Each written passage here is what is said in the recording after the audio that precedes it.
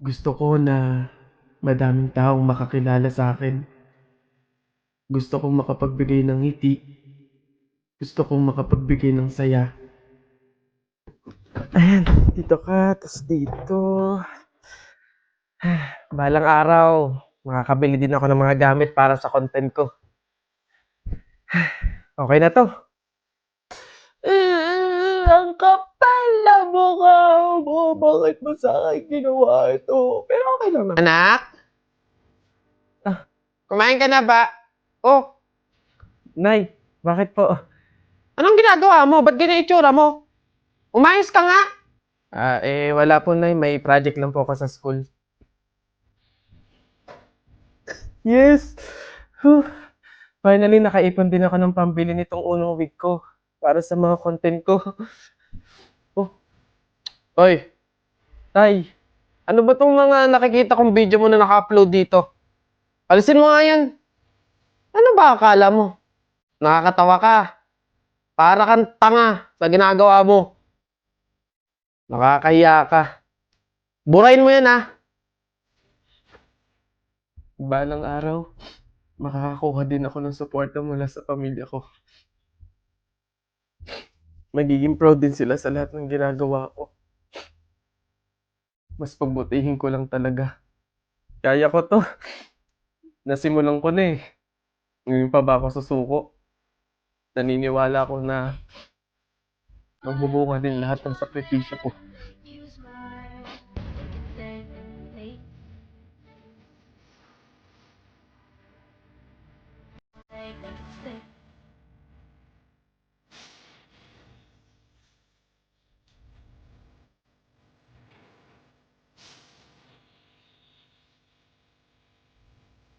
Grabe. Hindi ako makapaniwala na magagawa ko yung mga bagay na pinapangarap ko lang noon. Napakasaya sa pakiramdam na unti-unti na ako nakakausap papunta sa mga pangarap ko.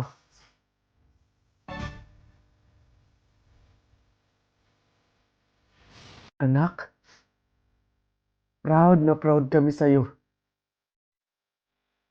Mapatawad mo man kami o hindi, humihingi pa rin kami ng kapatawaran sa lahat ng nasabi namin sa'yo. Anak, sa lahat ng gusto mo pang gawin sa buhay mo, basta ikakasaya mo. Nandito lang kami lagi para sumuporta sa'yo. Mahal na mahal ka namin, anak. Mahal na mahal ko po kayo, Nay. Tay, para po sa inyo to lahat.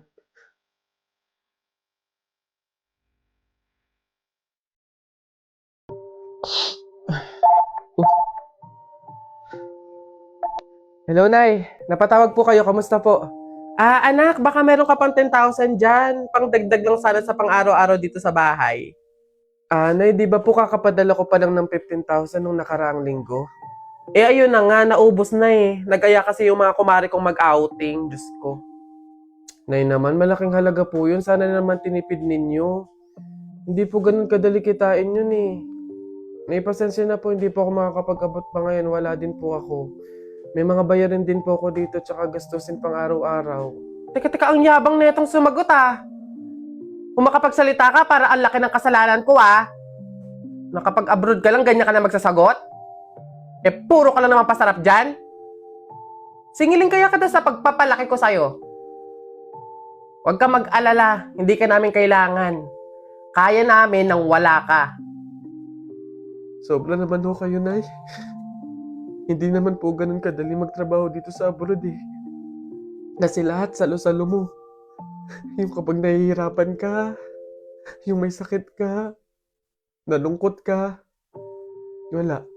Ikaw lang mag-isa. Wala kang katulong, wala kang karamay. Pero Nay, bakit ganun? Yung isang beses ka lang hindi nakapagbigay pero parang buong pagkatao ko na yung hinusgahan ninyo. Itong pag-abroad ko, Nay, kayo naman po yung may gusto nito, di ba? Hindi po ako. Gusto ko po kasi, Nay, maging doktor talaga eh. Yung makakapagbigay ako ng tulong sa mga tao.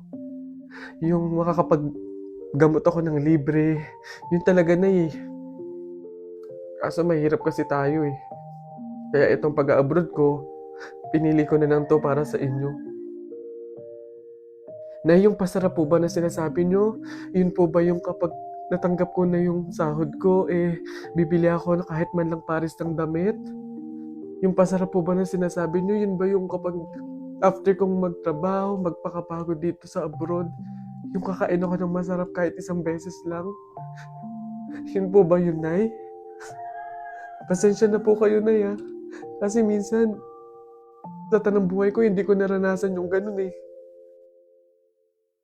Kaya yun man lang, Nay, mabigay ko sa sarili ko, maregalo ko sa sarili ko. Kasi wala naman akong choice eh. Kundi yung piliin lagi yung pamilya ko para tulungan kayo. Yun nga man lang, Nay, na kamustahin niyo ako.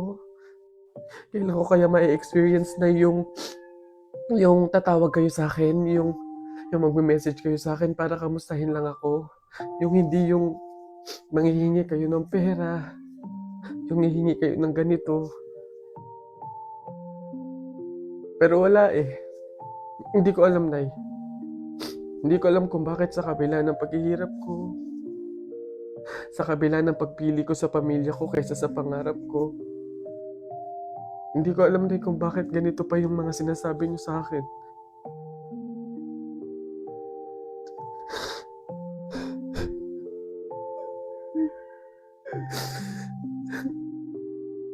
Hello, Tol? Uy, Tol! Magkano nga uli yung utang ko sa'yo? Magbabayad na siya sa wakas.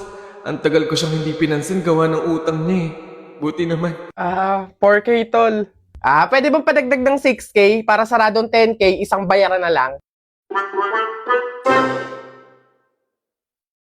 Uy, pre, nakita mo ba yung mga isyong nangyayari ngayon? Oo nga, pre. Rally, korupsyon, nag-aaway-aaway sa social media. Grabe, ang lala. Di ba? Pre, may 1K ka ba dyan? Pautang naman. Balik ko sa katapusan. Wow! Pay kasi konti lang. Ano ba? Nay, si ate gusto kumain ng malamig. Ay, wag nang bibigyan ng graham at salad yan, ha? Inuubo yan. Jennifer, tatamaan ka talaga sa akin. Patay ka sa nanay mo. Ba yun konti lang naman eh. Ano ba ang nakita mo sa Dota na wala ako? Kaya ka bang mahalin ng Dota ang sinasabi mo? Ang Dota ay laro na pwede mong paglaruan. Huwag mong itulad sa akin na nasasaktan. Anong pipiliin? Hoy, Boboy, Jepoy, paano kaya pag nakita natin si Lord, no? Ako, basta pag nakita ko si Lord, sasabihin ko, ingatan niyo yung family ko, yung friends ko, tsaka yung buong mundo. Yun na yung sayo. Sa akin, basta pag nakita ko si Lord, sasabihin ko, Lord, bigyan niyo ako ng madaming Ferrari, tapos mga motor, yung iba't ibang kulay. Ano, panis. Yun na yung sa inyo, ang babadoy naman. Sa akin talaga, malupit, astig. Pag nakita ko si Lord, sasabihin ko, Lord, isama mo na ako. Look, you asked me to join you, okay? Naglayas tayo. Now you don't even know where we're going? Will you just let me think for a minute, okay? Nauubusan na tayo ng gasolina. Kanina ka pa drive ng drive. Wait, just shut up and let me think for a minute.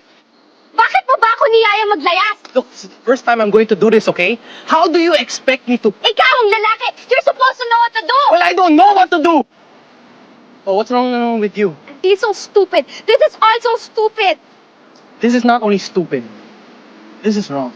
Where are we going? I'm taking you home. What? I'm taking you home. Get in the car! Wow! Hi, sweetheart. Will you marry me? What's your name? Wow, yan ang mga gusto ko. Mga suplada effect. Playing hard to get. If you want, manood tayo ng sine. I'll pay. No problem with that. Excuse me, may boyfriend na ako. Okay lang yun. Di naman ako siloso eh. Pero ang boyfriend ko, seloso. Ha? Huwag mong sabihin, si Kalbo na naman yung boyfriend mo. Sinong kalbo? Yung pangit yung kalbo. Yan ang boyfriend ko.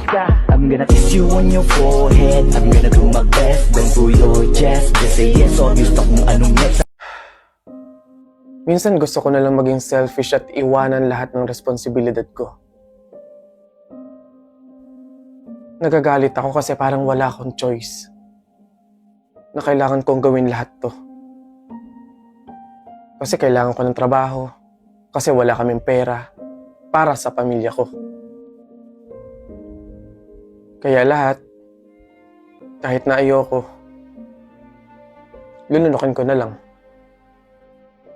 Ang choice para lang sa may pera.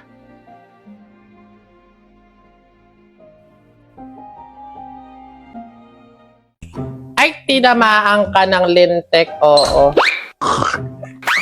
Alas 11 na ng tanghali, hilik pa. Wala talaga kayong mararating pag kayo'y pagayaan-gayaan. Samantalang kami noon, Diyos ko, lubog pa ang araw. Gising na! Para lang may mahanap na pagkain. Samantalang kayo, ayan, nakahain na. Kakainin nyo na lang. Diyos ko po. Ako. Wow.